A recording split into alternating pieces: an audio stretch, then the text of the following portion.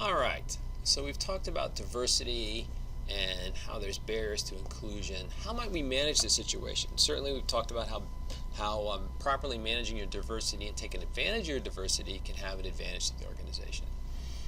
So one of the ways we can do it is top management needs to make up their mind they're going to support different diversity initiatives, and one of those are reciprocal mentoring. So you pair senior employees with diverse junior employees, right? So they sort of force this pairing a little bit.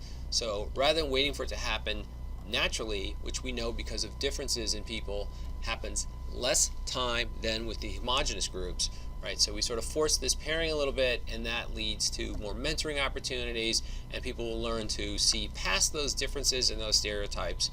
And while it doesn't eliminate biases, right, it does sort of acknowledge and control them. And the data shows that these groups tend to have more inclusion than groups where they don't make an effort to try to overcome this. Right. So cultures, right? Certainly different countries are known for having different cultures. So we think of culture as a shared set of values, right? And they help this people in the group to understand what's considered acceptable, what's unacceptable, and it becomes one of the ways that we control people's behavior, the individuals in the groups. Right? So some general observations are the cultural and national boundaries may not coincide. So not every country has its own culture, and certainly not every country has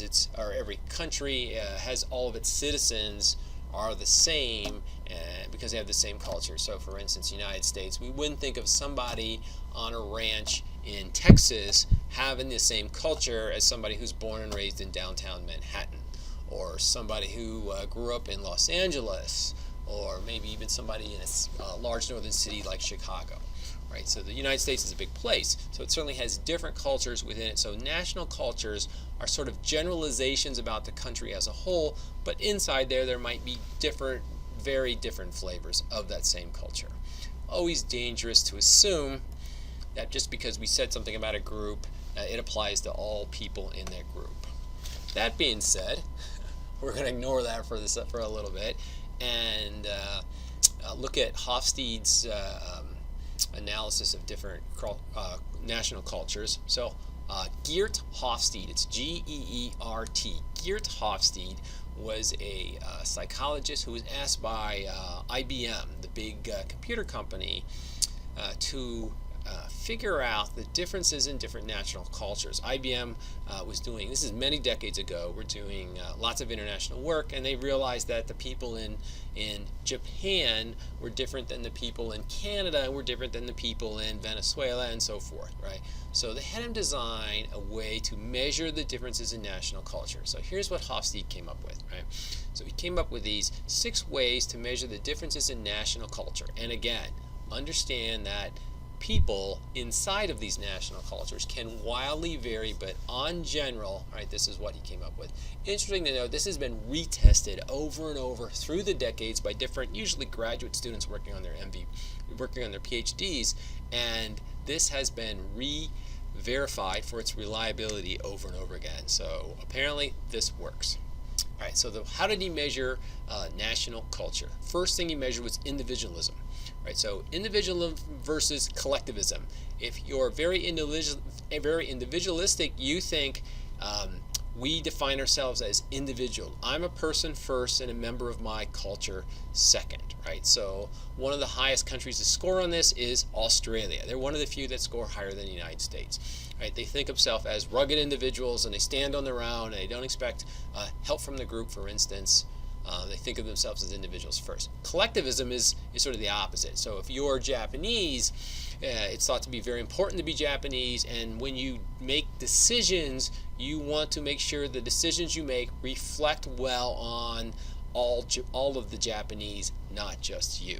Right? So you think of the national culture first and yourself second.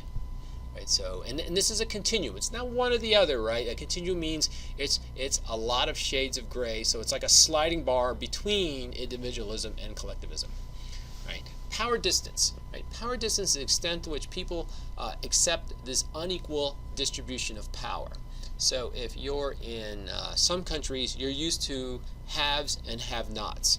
Right? The haves live a certain way, and the have-nots live a different way. And maybe there's different rules apply to the haves and the have-nots, and maybe the courts don't treat them the same.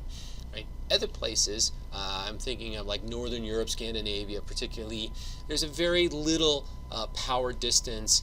They think everybody very much deserves the same thing, and that we would never tolerate people in society because they're wealthy, because they're famous, or because they have political power to get away with things that other people don't. Right? So kind of an interesting measure. And power distance is not so much, not just it doesn't exist, but people's acceptance of that. The United States has a fairly low tolerance of power distance. Uncertainty avoidance. How much risk taking do you like? How do you feel about that? So countries that have low uncertainty avoidance, so they don't mind risk, right, tend to do more action-oriented things. They tend to be leap before looking a little more, and they tend to, and again, the Australians come to mind. They tend to register pretty highly in that category. And actually, well, they would register pretty lowly in uncertainty avoidance, right? All right, uncertainty is fine with them. The United States ranks pretty high in this category. Pretty low in this category, where we don't mind some uncertainty. Countries that rank high on uncertainty avoidance, they don't like risk. They view not knowing as risk. So they in fact appreciate having the rules, because when there's rules, I can follow the rules, and when I follow the rules, I don't get in trouble. And if there's rules to follow, then I know I'm not going to get in trouble. So my discomfort goes down. Right? So countries that are high on uncertainty avoidance, places like Japan again, right? They like rules. They like to follow the rules. They like to know that they're following rules, and that has implications for things like investing. So they like to buy like U.S. savings bonds because they're low in risk, right? Good thing too, because they help fund our national debt. Again, the U.S. ranks pretty low in uncertainty avoidance. We like a little bit of risk thrown in. Masculinity, the extent to which the dominant values in society emphasize aggressiveness and acquisition of money, right, versus the feminine is the flip of that, and that is concern for people and the overall quality of life. So masculinity is I want to be a success at work, I want to have money, I want to have power, I want to be a professional success, and the opposite of that, masculinity, is I'm more concerned with how people view me, with my family life, with my quality of life outside of work and that. So it kind of shows you how big a focus in your life, and the U.S. ranks pretty highly in the masculinity category, right? And then long-term orientation is the focus on the future, right? Do I live for tomorrow, or do I live for 3 decades from now and worry about what my ancestors did and all that? So China and to some extent Japan rank very high, and also Korea in long-term orientation, right? America not so much, and then some countries even less. They focus more on the short term, right? So that's kind of a quick look at how you can measure it. It's an interesting, you can find this online. So before you visit a country, right, it's good to look this up and compare it to your country, right? And then when you get there, you kind of observe what's going on and say, oh yeah, that explains a few things, right? So this actually has a long history of being checked out and being found to be a useful observation before you go to a country or do business with people from that country.